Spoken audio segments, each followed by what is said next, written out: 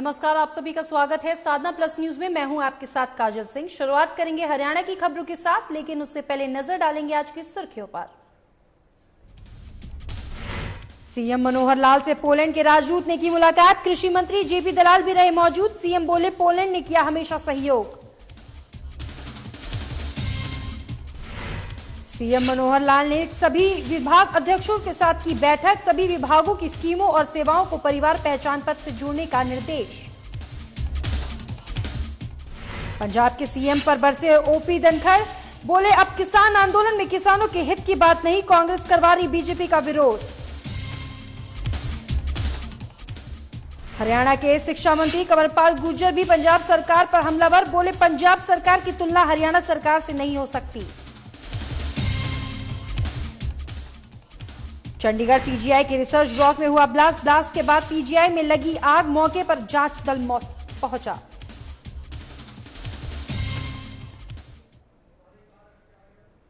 तो चलिए अब खबर विस्तार से।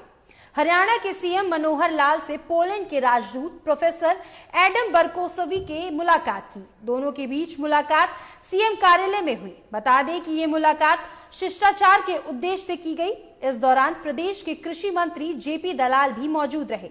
सीएम मनोहर लाल का कहना है कि पोलैंड सरकार ने भारत का सहयोग किया है और हरियाणा के कई हिस्सों में विकास के रूप में पहचान बनाई है, जिससे दोनों देशों को लाभ मिल रहा है।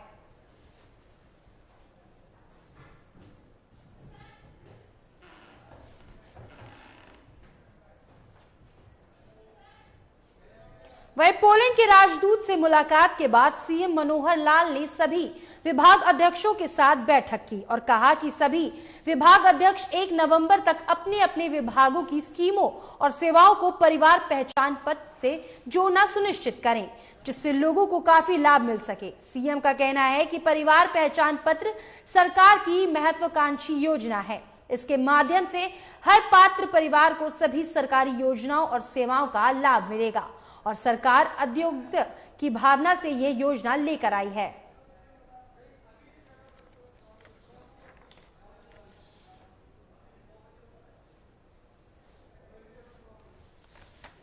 पोलैंड के राजदूत से मुलाकात के बाद सीएम मनोहर लाल ने सभी विभाग अध्यक्षों के साथ बैठक की और कहा कि सभी विभाग अध्यक्ष 1 नवंबर तक अपने अपने विभागों की स्कीमों और सेवाओं को परिवार पहचान पत्र से जोड़ना सुनिश्चित करें।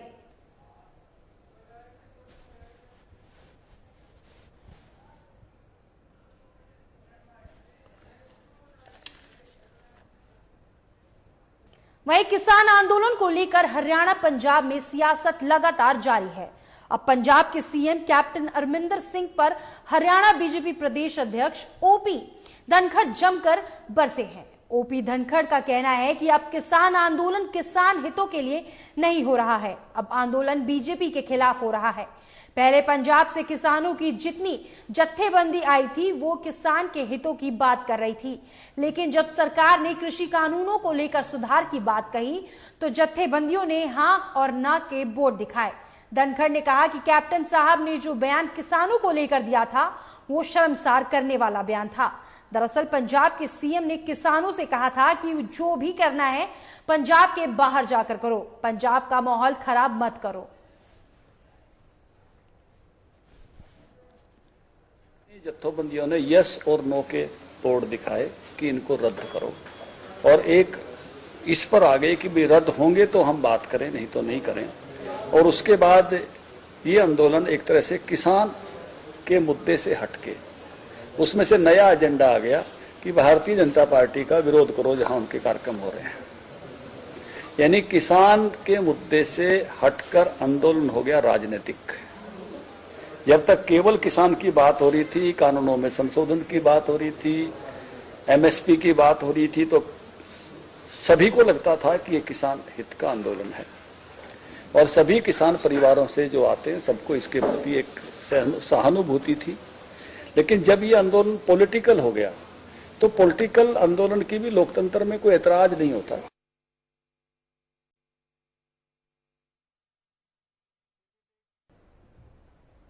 वहीं पंजाब के सीएम कैप्टन अमरिंदर सिंह ने बीजेपी के नेता और मंत्री ही नहीं बल्कि बीजेपी के कार्यकर्ताओं पे भी काफी नाराज है, जिसको लेकर यमुनानगर में बीजेपी कार्यकर्ताओं ने सीएम कैप्टन का पुतला जलाया है। बता दें कि कैप्टन से कार्यकर्ता किसान आंदोलन को लेकर दिए गए विवाद बयान से नाराज हैं, जिसके बाद हरियाणा के सियासत भी पूरी तरह गर्म है और कार्यकर्ता, नेता और मंत्रियों तक कैप्टन से नाराज हैं।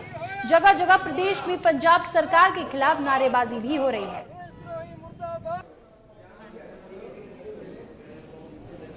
किसान सम्मान निधि के नाते सारे देश के किसानों को 6,000 रुपए प्रतिवर्ष मिल रहा है। हम किसान की चिंता करते हैं और यदि कैप्टन अमरिंदर सिंह ही चिंता करता होता किसानों की, हम 11 फसलें सरकारी रेट पर खरीद रहे हैं, वो केवल 2 फसलें खरीद रहे हैं। यदि उसको किसानों की इतनी ही चिंता है तो किसानों के गन्ने के बकाया का भुगतान करें। यदि उसको किसानों की इतनी ही चिंता है तो वहाँ के किसान को हरियाणा से ज्यादा गन्ने का मूल्य दें। देश में सर्वाधिक मूल्य देने वाला प्रदेश हरियाणा प्रदेश है किसान को गन्ने का। आपको बता दें कि पंजाब के सीएम कैप्टन अमरिंदर सिंह से बीजेपी के नेता और मंत्री ही नहीं बल्कि बीजेपी की कार्यकर्ता काफी नाराज है, जिसको लेकर यमुनानगर में बीजेपी कार्यकर्ताओं ने सीएम कैप्टन का पुतला जलाया है।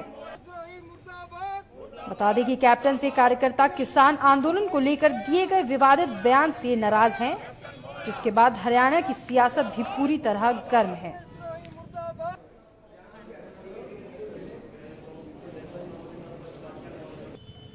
कांग्रेस पार्टी मुर्दाबाद, मुर्दाबाद, मुर्दाबाद, कांग्रेस पार्टी।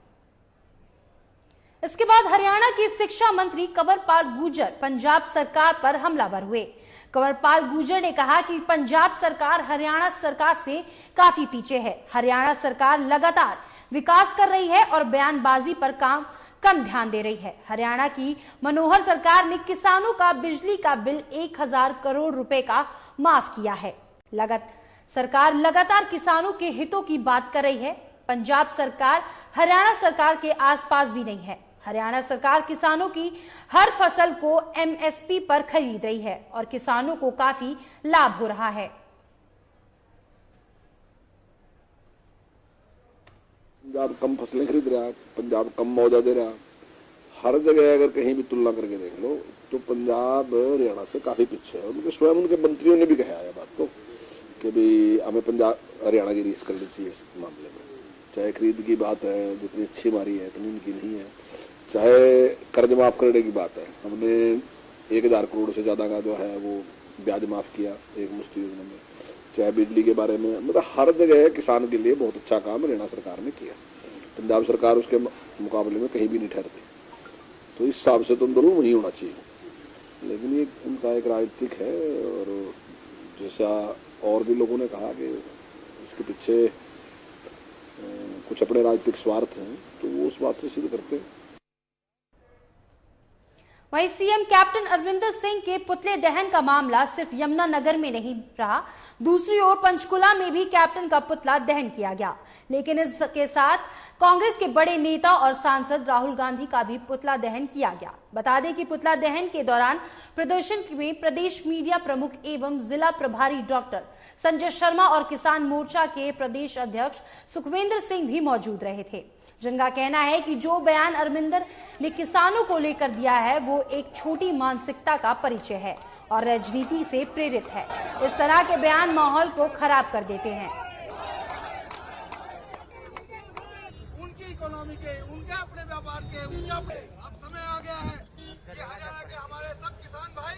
पहले पंजाब के मुख्यमंत्री कैप्टन अमरिंदर सिंह ने जो कहा है कि किसान जो पंजाब में आंदोलन कर रहे हैं वो पंजाब में ना करके हरियाणा और दिल्ली के बॉर्डर पर जाकर करेंगे। तो भारतीय जनता पार्टी जो पहले से कहती आ रही थी और कुछ दिन पहले पंजाब के कांग्रेस के जो पूर्व अध्यक्ष थे सुनील जाखड़ जी, उन्होंने भी इस बात को कहा था कि हमने योजनाबद्ध तरीके से किसान नेता हैं, किसान जत्थेबंदियां हैं, उनको दिल्ली बॉर्डर पर शिफ्ट कर दिया है, हरियाणा में शिफ्ट कर दिया है। अब वो बात जग जाहिर हो गई है। हम जो पहले से कहते आ रहे थे कि ये जो आंदोलन है ये राजनीतिक आंदोलन है। उनकी किसान आंदोलन को लेकर मचे घमासान के बीच पंजाब कांग्रेस प्रदेश अध्यक्ष नवजोत सिंह सिद्धू भी कहां पीछे रहने वाले थे। बुधवार को कृषि कानूनों को लेकर सिद्धू भी मीडिया से रूबरू हुए और कृषि कानूनों को लेकर सीधे अकाली दल को जिम्मेदार ठहराया। सिद्धू का कहना है कि जिस समय कृषि कानून बनाए गए थे उस समय अकाली दल एनडीए का हिस्सा थे। नवजोत से मीडिया से बातचीत में कहा कि केंद्र इस तरह के कानून से देश में बाजार को सिस्टम लागू करना चाहती है जिससे किसानों को काफी नुकसान होगा। किसान आंदोलन को लेकर मचे घमासान के बीच पंजाब कांग्रेस प्रदेश अध्यक्ष नवजोत सिंह सिद्धू मीडिया से रूबरू हुए और कृषि कानूनों को लेकर सीधे अकाली दल को जिम्मेदार ठहराया है।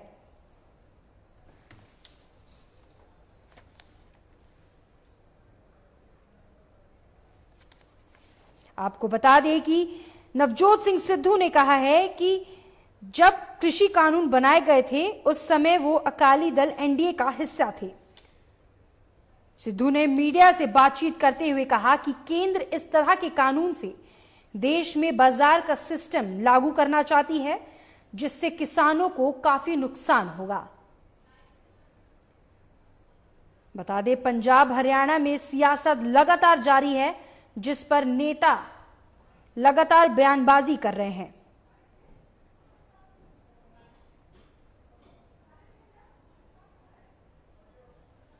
केंद्र के 3 काले कानून इनकी नींव बादलों ने रखी। इनके ब्लूप्रिंट से सेध लेके दिशा निर्देश लेके सेंटर की मोदी सरकार ने ये तीनों काले कानून बनाए। नीति निर्माता इन 3 काले कानूनों के बादल हैं।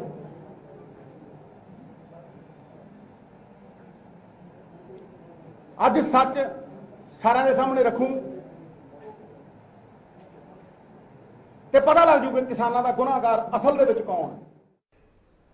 वहीं किसान आंदोलन पर हो रही राजनीति खेती के बीच हरियाणा के गृह एवं स्वास्थ्य मंत्री अनिल विज भी एक्शन में हैं। बुधवार को हरियाणा नर्सिंग वेलफेयर एसोसिएशन के पद अधिकारियों ने अनिल विज से मुलाकात की है। स्टाफ नर्स, नर्सिंग सिस्टर और मैट्रन के पदनाम को बदलने के लिए एसोसिएशन ने स्वास्थ्य मंत्री आभार का प्रकट किया है। जानकारी के लिए बता दें कि अब केंद्र सरकार की तर्ज पर राज्य सरकार के अस्पतालों में कार्यरत सभी स्टाफ नर्स को पद बदलकर नर्सिंग ऑफिसर किया गया है। इस प्रकार के नर्सिंग सिस्टर का नाम बदलकर सीनियर नर्सिंग ऑफिसर और मैट्रन का नाम बदलकर चीफ नर्सिंग ऑफिसर किया गया है, जिसके बाद एसोसिएशन ने काफी खुश दिखाई दिया और कहा कि स्वास्थ्य मंत्री ने इसके लिए काफी प्रयास किया है। इसके लिए हम अनिल विज का धन्यवाद करते हैं।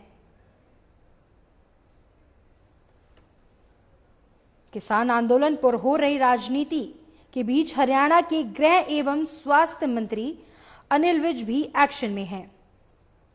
हरियाणा नर्सिंग वेलफेयर एसोसिएशन के पद अधिकारियों ने अनिल विज से मुलाकात की, जहां स्टाफ नर्स, नर्सिंग सिस्टर और मैट्रिल के पदनाम को बदलने के लिए एसोसिएशन ने स्वास्थ्य मंत्री का आभार प्रकट किया है। आपको बता दें कि अब केंद्र सरकार की तर्ज पर राज्य सरकार के अस्पतालों में सभी स्टाफ के नाम बदले गए हैं।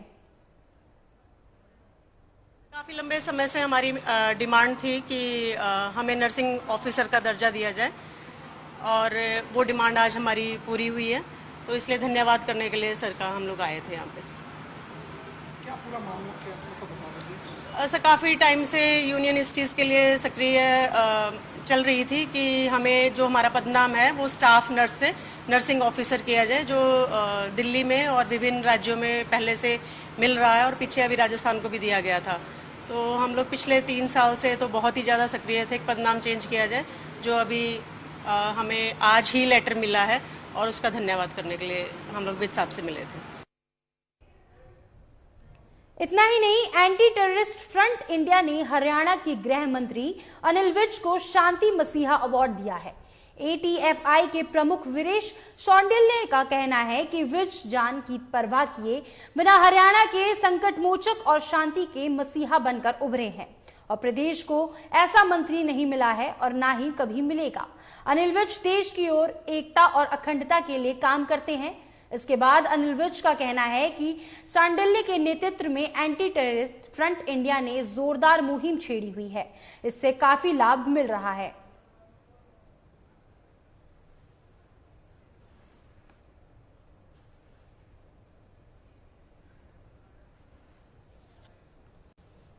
एंटी टेररिस्ट फ्रंट इंडिया ने हरियाणा के गृह मंत्री अनिल विज को शांति मसीहा अवार्ड दिया है। बता दें कि एटीएफआई के प्रमुख वीरेश सौंडिल्य का कहना है कि विज जान की परवाह किए बिना हरियाणा के संकट मोचक और शांति के मसीहा बनकर उभरे हैं और प्रदेश को ऐसा मंत्री नहीं मिला है और ना ही कभी मिलेगा।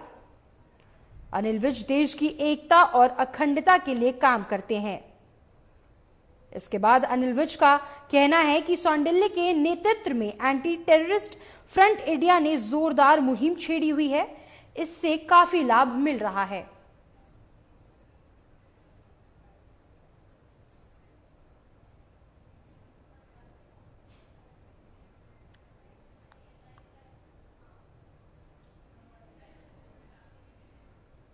वहीं चंडीगढ़ में पीपीपी की एक बैठक आयोजित हुई। बैठक में सीएम मनोहर लाल के प्रधान सचिव वी उमा शंकर मौजूद रहे और बैठक के बाद मीडिया से बातचीत में जानकारी देते हुए कहा कि पहचान पत्र के माध्यम से सरकार की सभी सुविधाओं का लाभ पात्र व्यक्ति को मिले, जो इससे वंचित है और जो अपात्र व्यक्ति इन सुविधाओं का लाभ ले रहे हैं वो लाभ नहीं ले सके। प्रधान सचिव का कहना है कि पिछले विधानसभा अधिवेशन में परिवार पहचान पत्र को लेकर डेटा सुरक्षा एक्ट पास हो गया था और 6 सितंबर को राज्यपाल के अनुमोदन के बाद नोटिफाई भी कर दिया गया। अब आगामी समय में ये एक्ट प्रदेश में लागू होना शुरू हो जाएगा। चंडीगढ़ में पीपीपी की एक बैठक आयोजित हुई। इस बैठक में सीएम मनोहर लाल के प्रधान सचिव वी उमा शंकर मौजूद रहे। वहीं इस बैठक में बाद मीडिया से बातचीत में जानकारी देते हुए कहा कि पहचान पत्र के माध्यम से सरकार की सभी सुविधाओं का लाभ पात्र व्यक्ति को मिले, जो इससे वंचित है और जो अपात्र व्यक्ति इन सुविधाओं का लाभ ले रहे हैं। प्रधान सचिव का कहना है कि पिछले विधानसभा अधिवेशन में परिवार पहचान पत्र को लेकर डाटा सुरक्षा एक्ट पास हो गया था। सुविधाएं जो सरकारी सर्विसेज हैं उन सबको पीपीपी के साथ जोड़ने के लिए हर विभाग से और हर विभाग अध्यक्ष से आज विचार विमर्श किया गया था, जिससे सारे जो सर्विसेज हैं, जो स्कीम्स हैं, जो सब्सिडी हैं, वो सीधे आम जन तक पहुंच जाएं और उनको सरकारी दफ्तरों पर चक्कर ना काटना पड़े। तो ये 1 नवंबर की ये इंटीग्रेशन के लिए डेडलाइन रख ली गई है। 1 नवंबर के बाद हम प्रोएक्टिव मोड यानी सीधे सिटीजन डिलीवरी सिस्टम। वहीं राजनीति की खबरों के बाद अब बात करते हैं चंडीगढ़ के पीजीआई की, जहां एक बड़ी खबर सामने आ रही है। बुधवार को चंडीगढ़ पीजीआई के रिसर्च ब्लॉक में ब्लास्ट हुआ है और ब्लास्ट के बाद पीजीआई में आग लग गई। हालांकि इस घटना से किसी प्रकार का कोई हाथाहाथ नहीं हुआ है। टीवी स्क्रीन पर आप देख सकते हैं कि ब्लास्ट की तस्वीर, ये ब्लास्ट एसी के पास हुआ है।